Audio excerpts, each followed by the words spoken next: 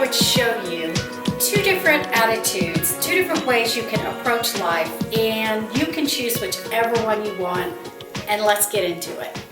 I have to tell you what happened. I got up this morning, I got ready for the day, I was gonna have a great day, and I came in the kitchen. Well, let me give you a little bit of background. Last night, I wasn't feeling good. I was tired, you know what I mean? I was around this apartment all day. I had to vacuum, and I was tired. So I was laying on the couch, and Scott got home. You know, he gets home early, like at 4 o'clock. So it's not like he works all day or anything, even though, yeah, he does go in at 5.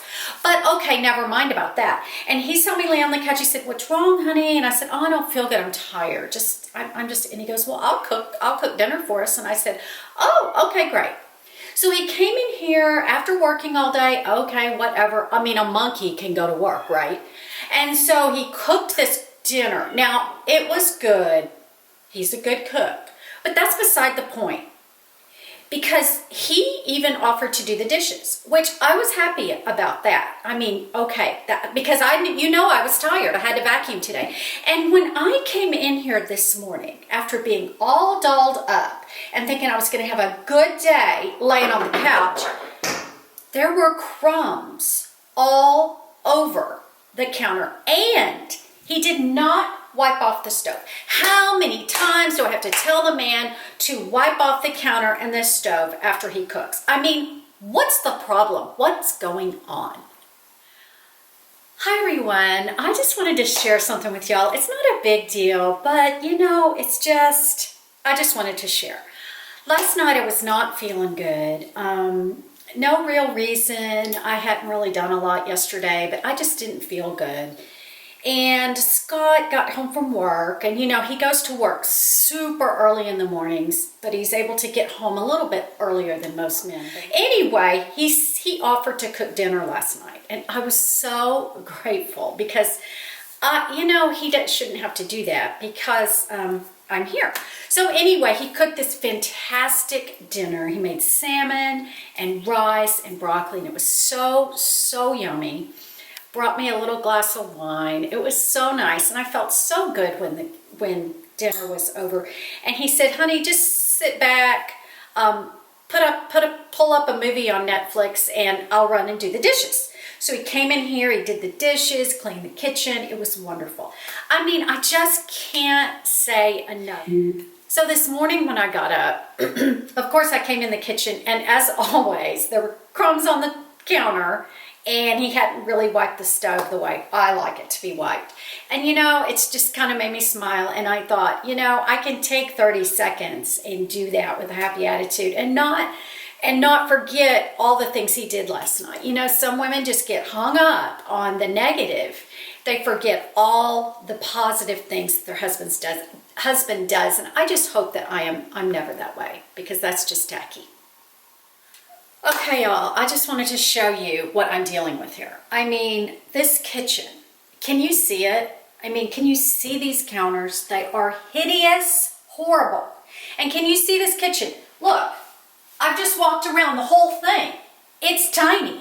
Do you remember my kitchen in Houston? Beautiful granite countertops, beautiful tile floors. This looks like a wood floor, but it's fake. It's like, I'm not even sure what it is, but it's got dents in it, so obviously it's not real wood, okay?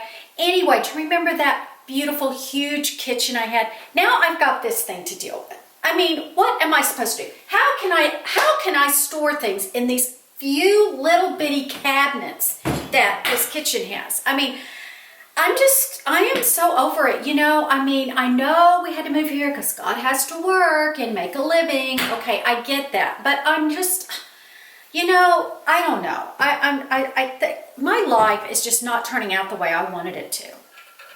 Hey y'all, I was just unloading the dishwasher, and I discovered something so hilarious about this kitchen. Now, it is much smaller than anywhere I've ever lived, any kitchen I've had in years, and gosh, 30 years. But there is so much beauty in a small kitchen. This kitchen is so functional. Here I am in the middle of it. But I can do a step to the stove, a step to the fridge, 2 steps to the dishwasher, a step to, I mean, and the pantry's 2 steps that way. It functions so well. So I was unloading the dishwasher earlier and I thought, no, I'm going to show my friends what I've learned about unloading the dishwasher in this house. Okay, I'm going to be in one spot and I'm going to show you what I'm able to do without moving from the spot unloading the dishwasher.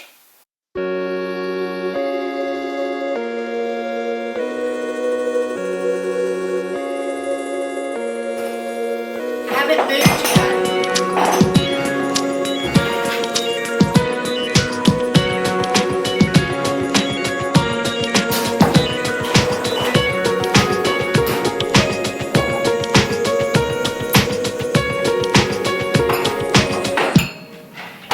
Did you see that? I'm able to unload the dishwasher and only take 2 steps. Everything goes so fast here. Oh, and look at what Scott got me the other day. He got me some roses. So beautiful. Anyway, I have had so much fun in this kitchen, and it is just teaching me to focus on the good and figure out what works, and don't focus on what you don't have, but focus on what you do have. Y'all, listen. It's just ridiculous. You know, I did a video recently about how I was going to stay home this year. I wasn't going to do a lot of traveling. My sister-in-law and my mom and my niece and my daughters are all planning a trip for February to meet up at Gulf Shores for a girls' trip. Now I'm going to have to drag my butt down to Gulf Shores and pay for part of this condo. And I'm tired. I don't even want to go. But, you know, I can't not go. So I'm going to try to put a happy face on and have fun with them. But, you know, it's probably going to cost money. They're going to want to eat out. They probably want to go and do something fun. You know, I mean, it's just another trip on the agenda. And then I got some other news from Florida. Okay, it's good news. I admit it. It's great news. But it's going to cause me to have to drag myself to Florida 3 or 4 times this year. I mean, it's going to cost money for the ticket on the airplane, or I'm going to have to drive my car. And I mean, granted, I can see my friends and everything. And granted, what the news is good and it's going to be fun. But the news is going to be hard. I mean, it's going to be hard. It's going to be, I'm going to have to really step up to the plate and help my daughter with some things. And, you know, I've already done all that kind of thing, but here I go again, whatever. Some of y'all probably watched a video I did just, I think it was my last video or two ago, where I was talking about how much I traveled in 2017 and that I was absolutely not going to do that in 2018. Well, I am gonna have the privilege of going over to Gulf Shores in Alabama and meeting up with hopefully both my daughters. I'm not sure if Megan can make it, but Lexi's gonna come from Florida. My mom and my sister-in-law and my niece are gonna come from Texas and hopefully pick Megan up on the way. And it's just gonna be a girls' weekend. Now, I was not expecting to go out of town so quickly. It's only February, but still I'm really, really excited about it. Now, I have another trip on the agenda already. I am going to Florida to see Lexi. I think I'm going to see, I'll see her in February, but this will be like in March, I believe. And I am going to get to go with her. Guess why I'm going?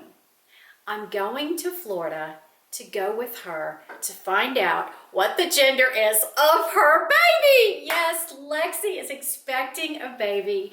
She has been married 2 years. She's exactly the age I was when I had my first baby, and it's going to be so exciting. So now I'm going to have trips to Florida on my agenda, but you know what? It's okay.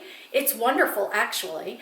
And I can't wait. Lexi wants me very involved. I'll be there, of course, in August for the birthing, and she wants me to stay a week or 2, whatever, you know, she decides.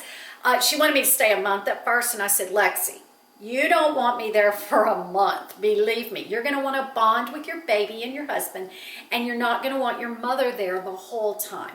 So she said, well, she started thinking about it. So 1 or 2 weeks I'll be there for that. So, you know, even though I had so many plans to stay home this year and not do a lot of traveling, things happen in life that are fantastic and fun, and you just have to go with it and roll with it. I hope y'all have enjoyed this look at attitude. I believe that the number one secret, it's not a secret, but most people don't really realize it, but I believe the number one secret of happiness is your attitude. It is learning to look at life with the glass half full to the top, overflowing with blessings. Or you can focus on the negative, on your cup that has a hole in the bottom, and you can look at your life like out, draining out all the time. All your happiness is just draining out of your cup because things aren't going your way.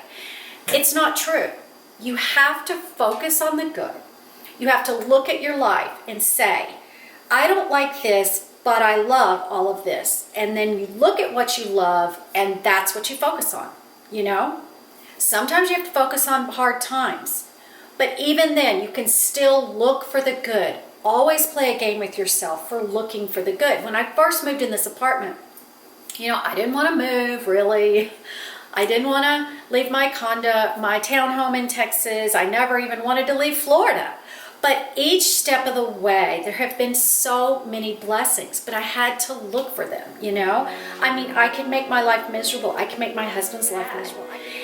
But no, I don't want to drag other people down. I want to focus on what's good about my life. And there's just tons of good, because that's what I'm going to look at.